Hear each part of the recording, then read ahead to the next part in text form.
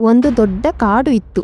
ಆ ಕಾಡಿನಲ್ಲಿ ಜಿಂಕೆ, ಕೋತಿ, ಕಾಗೆ, ಆನೆ, ಮೊಲ ಅನೇಕ ಪ್ರಾಣಿಗಳು ಸಂತೋಷವಾಗಿ ಬದುಕುತ್ತಿದ್ದವು. ಆದರೆ ಒಂದು ವರ್ಷ ಮಳೆ ಬರಲೇ ಇಲ್ಲ. ನದಿಗಳು ಒಣಗಿದವು, ಕೊಳಗಳು ಖಾಲಿಯಾದವು, ಮರಗಳು ಒಣಗತೊಡಗಿದವು. ಎಲ್ಲಾ ಪ್ರಾಣಿಗಳು ಆತಂಕದಲ್ಲಿಯೇ ಇದ್ದವು. ಒಂದು ದಿನ ಕಾಡಿನ ಮಧ್ಯದಲ್ಲಿ ಸಭೆ ಸೇರಿದವು. ಆನೆ ಹೇಳಿತು, ನಾವು ಬೇರೆ ಕಾಡಿಗೆ ಹೋಗೋಣ ಎಂದಿತು. ಜಿಂಕೆ ಹೇಳಿತು, ಹೋಗಲು ನೀರು ಇಲ್ಲ, ದಾರಿ ಕೂಡ ದೂರ ಇದೆ ಎಂದಿತು. ಕೋತಿ ಹೇಳಿತು, ಇಲ್ಲಿಯೇ ಇದ್ದರೆ ನಾವು ಸಾಯಬಹುದು ಎಂದು. ಅಷ್ಟರಲ್ಲಿ ಒಂದು ಹಳೆಯ ಹಾವು ನಿಧಾನವಾಗಿ ಮುಂದೆ ಬಂತು. ಅದರ ಹೆಸರು ನಾಗ. ಎಲ್ಲಾ ಪ್ರಾಣಿಗಳು ಹೆದರಿದವು. ಹಾವು ಬಂದರೆ ಅಪಾಯ ಎಂದು ಎಲ್ಲಾ ಪ್ರಾಣಿಗಳು ದೂರ ನಿಂತವು.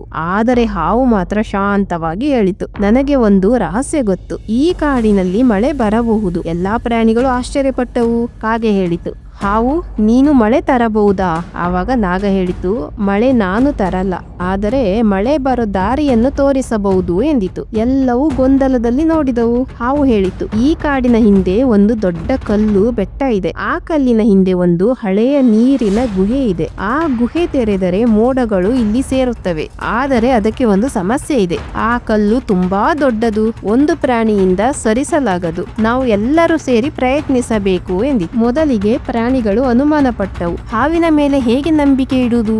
ಆದರೆ ಬೇರೆ ಮಾರ್ಗವೇ ಇರಲಿಲ್ಲ. ಮರುದಿನ ಎಲ್ಲವೂ ಬೆಟ್ಟದ ಬಳಿ ಹೋದವು. ಆನೆ ತನ್ನ ಬಲದಿಂದ ಕಲ್ಲು ತಳ್ಳಿ, ಕೋತಿಗಳು ಮೇಲಿಂದ ಕಲ್ಲುಗಳನ್ನು ತೆಗೆದವು. ಜಿಂಕೆಗಳು ಮಣ್ಣನ್ನು ತೆಗೆಯುವ ಕೆಲಸ ಮಾಡಿದವು. ಹಾವು ಗುಹೆ ದಾರಿಯನ್ನು ತೋರಿಸಿತು. ಗಂಟೆಗಳ ಕಾಲ ಕೆಲಸ ಮಾಡಿದ ನಂತರ ದೊಡ್ಡ ಕಲ್ಲು ಸರಿಯಿತು. ಅದರ ಹಿಂದೆ ಒಂದು ಹಳೆಯ ಗುಹೆ ತೆರೆದಿತ್ತು. ಅದೇ ಕ್ಷಣದಲ್ಲಿ ಆಕಾಶದಲ್ಲಿ ಕಪ್ಪು ಮೋಡಗಳು ಸೇರಲು ಶುರುವಾದವು. ಸ್ವಲ್ಪ ಸಮಯದಲ್ಲಿ ಜೋರಾಗಿ ಮಳೆ ಸುರಿಯತೊಡಗಿತು.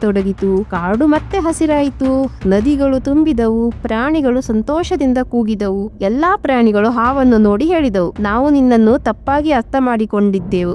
ಹಾವು ನಗುತ್ತಾ ಹೇಳಿತು, ರೂಪ ನೋಡಿ ತೀರ್ಮಾನ ಮಾಡಬೇಡಿ. ಕೆಲವೊಮ್ಮೆ ಸಹಾಯ ಮಾಡುವವರು ನಾವು ಭಯಪಡುವವರೇ ಆಗಿರುತ್ತಾರೆ. ಆ ದಿನದಿಂದ ಕಾಡಿನಲ್ಲಿ ಹಾವುಗಳಿಗೆ ಭಯಪಡುವುದು ಕಡಿಮೆಯಾಯಿತು. ಎಲ್ಲಾ ಪ್ರಾಣಿಗಳು ಒಟ್ಟಾಗಿ ಬದುಕತೊಡಗಿದವು.